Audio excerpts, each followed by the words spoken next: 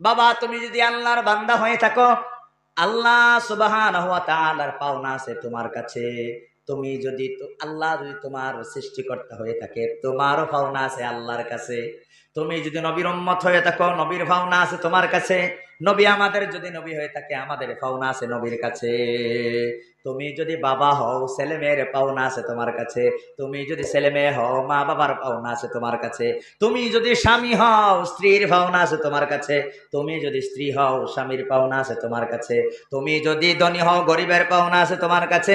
তুমি যদি গরিব হও, ধনীর পাওনা আছে তোমার কাছে। তুমি যদি ভাই হও, বোনের পাওনা আছে তোমার কাছে।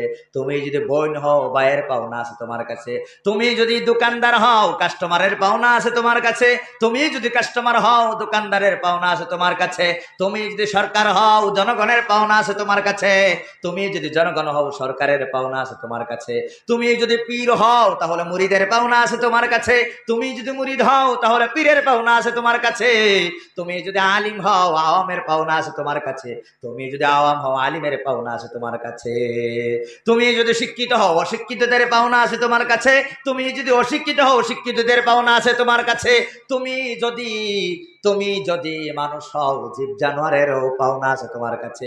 তুমি যদি মানুষ হও, তাহলে ফিরিস্তাগণেরও পাওনা আছে তোমার কাছে। এই সমস্ত পাওনাদারের পাওনা দিলেই শান্তি, না দিলেই কই ভাওনা বলে নাই। জানেনি ভাওনা কারে কয়?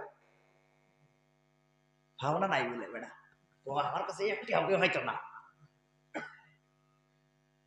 সর্বপ্রথম কার কাছে কার পাওনা শুনবাননি? সর্বপ্রথম কার কাছে কার পাওনা? সূরা নহলের 90 নম্বর আয়াতের মধ্যে আল্লাহ তাআলা বলে, ইন্নাল্লাহা ইয়া'মুরু বিল আদল। শুক্রবারে 2 নম্বর খুতবা শেষ করার আগে ইমাম সাহেব কয় না নাই, ইন্নাল্লাহা ইয়া'মুরু বিল আদলি ওয়াল ইহসানি ওয়া ইতা'i যিল কুরবা ওয়া ইয়ানহা আনিল ফাহশাই ওয়াল মুনকারি ওয়াল বাগই। এটা পড়ে না নাই? সবই পড়ে না নাই? হুনিয়া হুনিয়া প্রায় মুখস্থ হয়ে গেছে, কথা বলেন ঠিক কিনা? এটা পড়ার সময় হ্যাঁ বাস হয়ে যা, মানে এখন দাঁড়াইয়া পড়বো, বুঝুক আর না বুঝুক, কিন্তু এখন হ্যাঁ বুঝায় যে তোরা বাদেও ও তো শেষ, তার খুতবা শেষ। আরবি বুঝুক বা না বুঝুক, এগু ফিজিক্যাল বডি ল্যাঙ্গুয়েজে তারা হয় যে এখন শেষ। এই আয়াতের মধ্যে আল্লাহ তাআলা বলে, ইন্নাল্লাহা ইয়া'মুরু বিল আদল। আল্লাহ আমাদেরকে নির্দেশ দেয় তোমরা ইনসাফ করো। ইনসাফ কারে কয়? মুফাসসিরিনে কেরাম কিতাবের মধ্যে লিখেছেন, ইনসাফ করা হইল যার জির পাওনা যার জিরে দিয়া দেও। এই পাওনাদারের পাওনা দিলেই শান্তি, না দিলেই অশান্তি। বর্তমান মুসলমানে যার জির পাওনা দেয় না, এই জন্য মুসলমানের ভিতরে শান্তি নাই, কথা বলেন ঠিক কিনা? হে ভাবক ভেবে দেখো, হে ভাবক ভেবে দেখো, বৈশে নিরালাই শান্তি কেন নাই রে দুনিয়ায়, গজব কেন রে দুনিয়া আয়, শান্তিকে নরে দুনিয়ায়। খাঁটি মুমিনি নাই গো দেশে, মুসলিম বেড়াই কাফির বেশে, কথাবার্তায় আর ব্যবহারে বেদিন বোঝা যায়, শান্তি কেন নাই রে দুনিয়ায়। নামাজ রোজার ধার ধারে না, সত্য কথা কেউ বলে না, মিথ্যায় আর সগলি ফনা করিয়া বেড়ায়, শান্তি কেন নাই রে দুনিয়ায়। মাথায় কাপড় দেই না নারী, বুকে পিঠে নেই না শাড়ি, বেহায়া বেগানা নারী, বেহায়া বেগানা নারী ঘুরিয়া বেড়ায়, শান্তি কেন নাই রে দুনিয়ায়। জালিম অত্যাচারী যত, জমির আইল কাটে কত, জালিম অত্যাচারী যত, পরে সীমা ঠেলে কত, পরের জমিন ছোটো করে, পরের জমিন ছোটো করে নিজেরটা বাড়াই, শান্তি কেন নাই রে দুনিয়ায়। অফিসগুলি ঘুষে গরম, অফিসারদের নাই যে শরম, অফিসগুলি ঘুষে গরম, অফিসারদের নাই যে শরম, একটু সল পাইলেই তারা ঘুষের হাত বাড়ায়। শান্তি কেন নাই রে দুনিয়ায়, লোক যায় কোর্ট কাছারিতে হাকিম সাবক বিচার পেতে, ঘুষ দিলে তোর খুনের দায়ী, ঘুষ দিলেই তোর খুনের দায়ী খালাস হয়ে যায়। গজব কেন রে দুনিয়ায়, স্কুল কলেজ আর ভার্সিটিতে সবাই যায় গো শিক্ষা নিতে, কোরআন হাদিস ছেড়ে দিয়ে ব্যস্ত এই দুনিয়ায়। শান্তি কেন নাই রে দুনিয়ায়,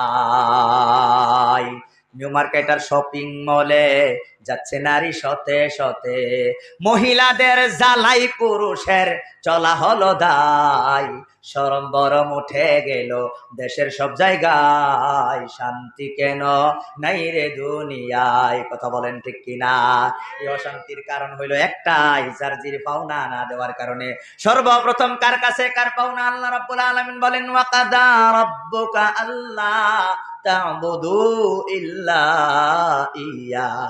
আল্লাহ বলে তোমরা যদি মুমিন হয়ে থাকো, মুসলমান যদি হয়ে থাকো, তাহলে একমাত্র আল্লাহকে এক জানিয়া সর্বপ্রথম তোমরা, আল্লাহ তোমাদের কাছে একটা পাওনা আছে, এই পাওনাটা হইল তোমরা সারা জীবন আল্লাহকে এক জানিয়া তারই তোমরা ইবাদত করবা।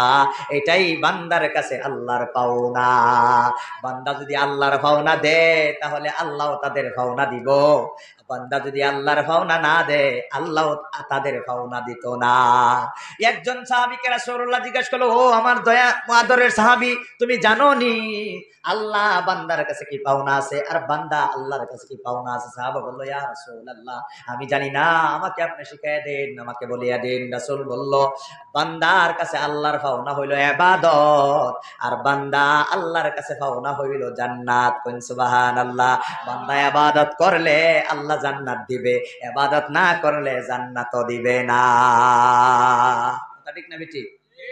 এখন আমার ভাইয়ার, আমার বন্ধুরা, যেই মানুষটা আল্লাহ তাআলার পাওনা দেয় না, এই মানুষটা আপনার পাওনা কত খান দিব?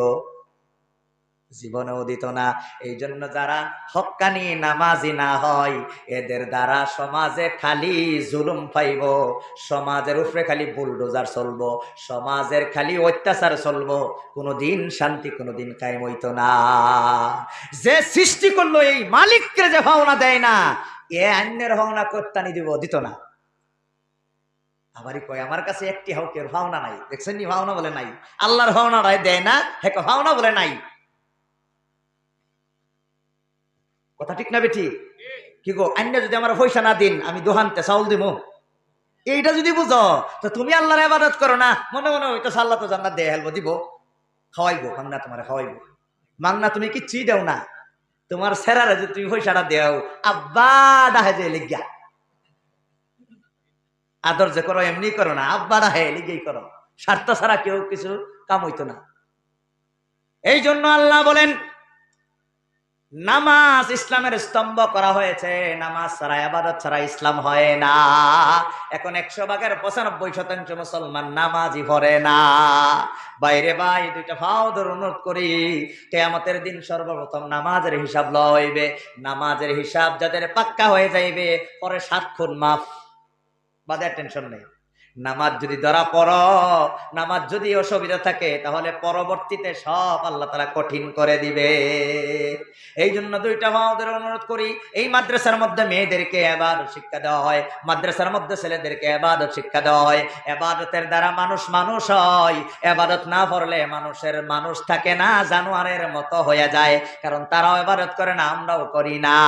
তাহলে মুসলমান আর অনা মুসলমানের মাঝে পার্থক্য কি? ইবাদত না গো, আমরা ইবাদত করি, তারা ইবাদত করে না। বুঝলেন কিনা? 3 নম্বর মুআমালাত, 4 নম্বর হলো মুআশারাত। এই যে সামাজিকতা, সমাজের পক্ষে থাকতে হবে, আশপাশের হক আদায় করতে হবে। আপনি যদি ধনী হন, আপনার পাশে যদি একজন হিন্দু মানুষ গরিব থাকে, তারও খেয়াল রাখতে হবে। এই মানুষটা, হিন্দু মানুষটা যদি আনা খায়া মরে, কিয়ামতের দিন তোমারে ছাড়তো না। এই জন্য আমার ভাইয়েরা, 5 নম্বর আরেকটা জিনিস, সেটা হলো আখলাক, চরিত্র।